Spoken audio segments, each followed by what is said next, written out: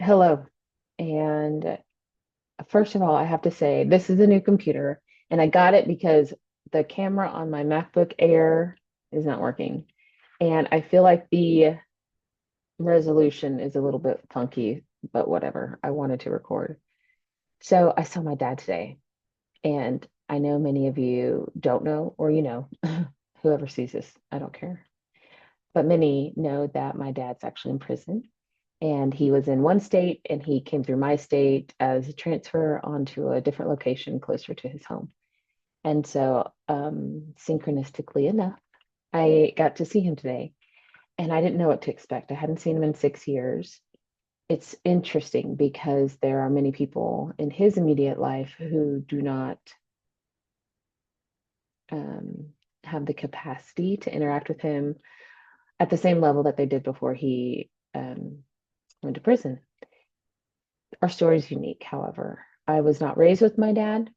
I met him when I was 38 years old. I wasn't raised with him. I wasn't raised with any masculine presence, really sustained masculine presence in my life growing up. And so I always wanted to know my dad.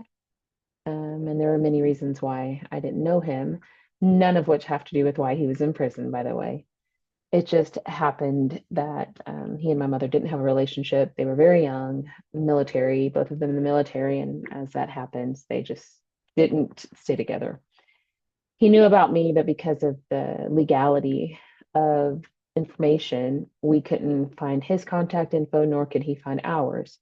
So when I was 38 years old, my ex-husband found this thing where if you had anxiety diagnosed but not medicated, they would give you their whole suite of offerings in exchange for using your DNA just for research. And so I figured, why not?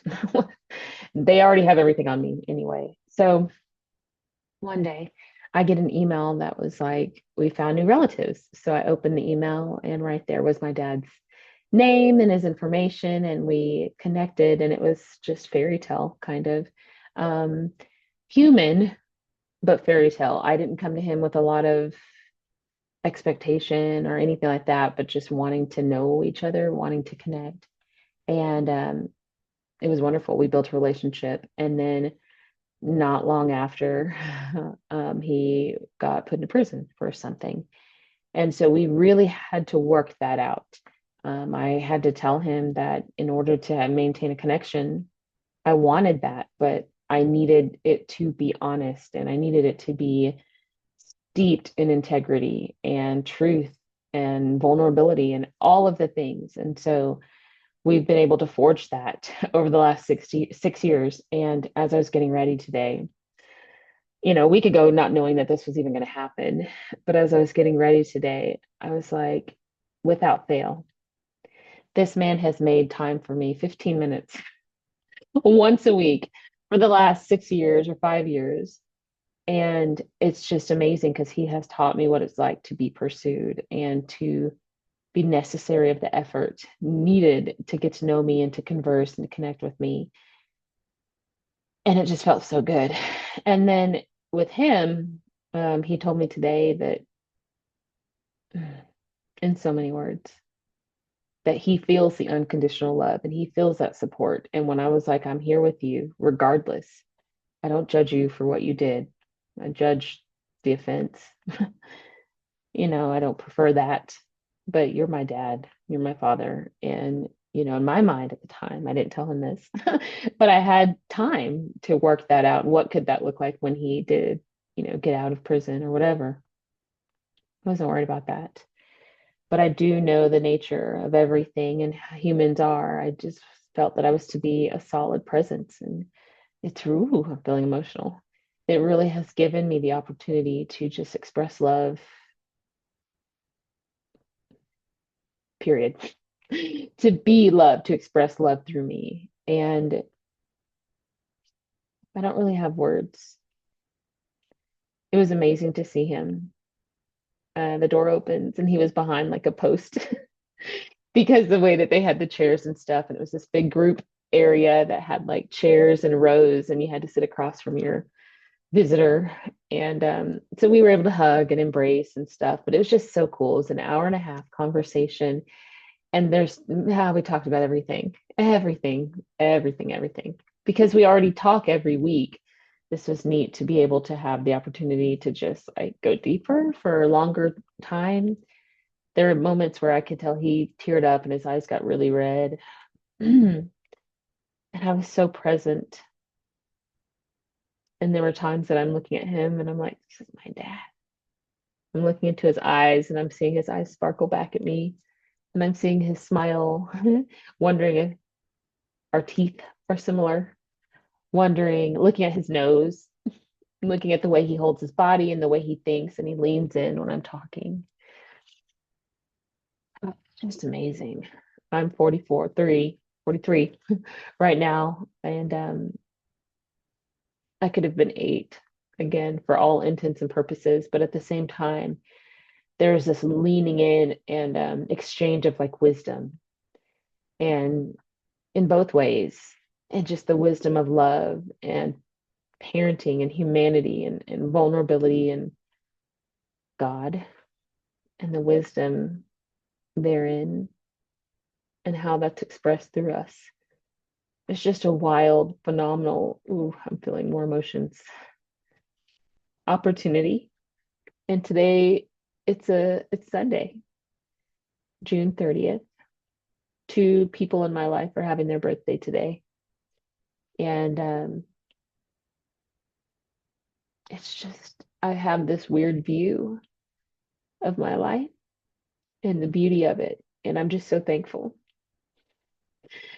And I don't really have a message or a point to this video, but just expression, because I know that my life is built around telling my story.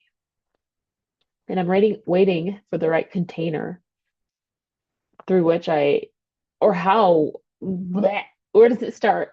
It's the journey to enlightenment. It's the journey of love, the embodied emotional self-awareness, and finding our sovereignty and coaching others and living my life to the best of my ability to be present, to have fun, feel joy, lean into the dark, hard times, understand that things have been put on this earth for our enjoyment and experience, that it's all about experience, that we only ever experience our nervous system, and what we do in the outside world is just a response to that.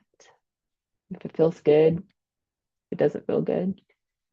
How our actions and our behaviors and our thoughts have a lot to do with our experience of our reality, including the interplay of relationships. And so it's wild to just kind of find myself at this space, intellectually, spiritually, emotionally,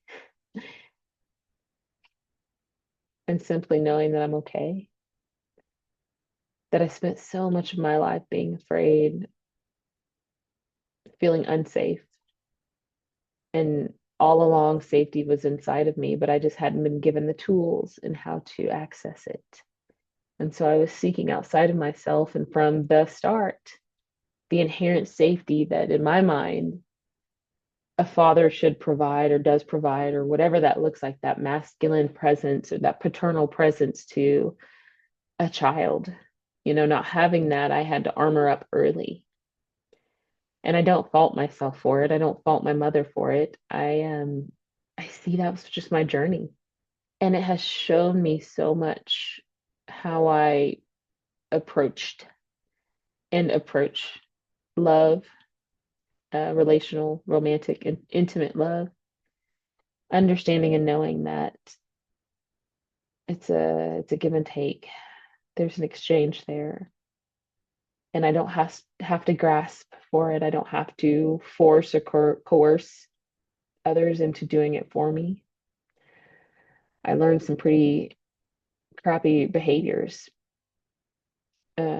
Advocating for myself, I thought, was spitting fire to those who hurt me. And in reality, advocating for myself is just removing my energy from a person or situation that is not healthy, that's not loving ultimately. And knowing also that I can be a steady in a sea of chaos.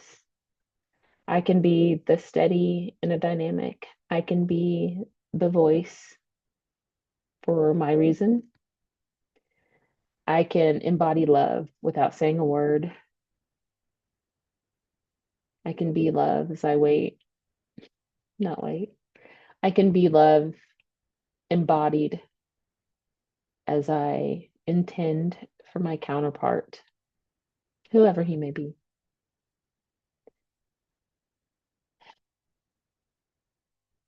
I imagine the arrival. So, anyway, just some musings. Yeah, so that's that.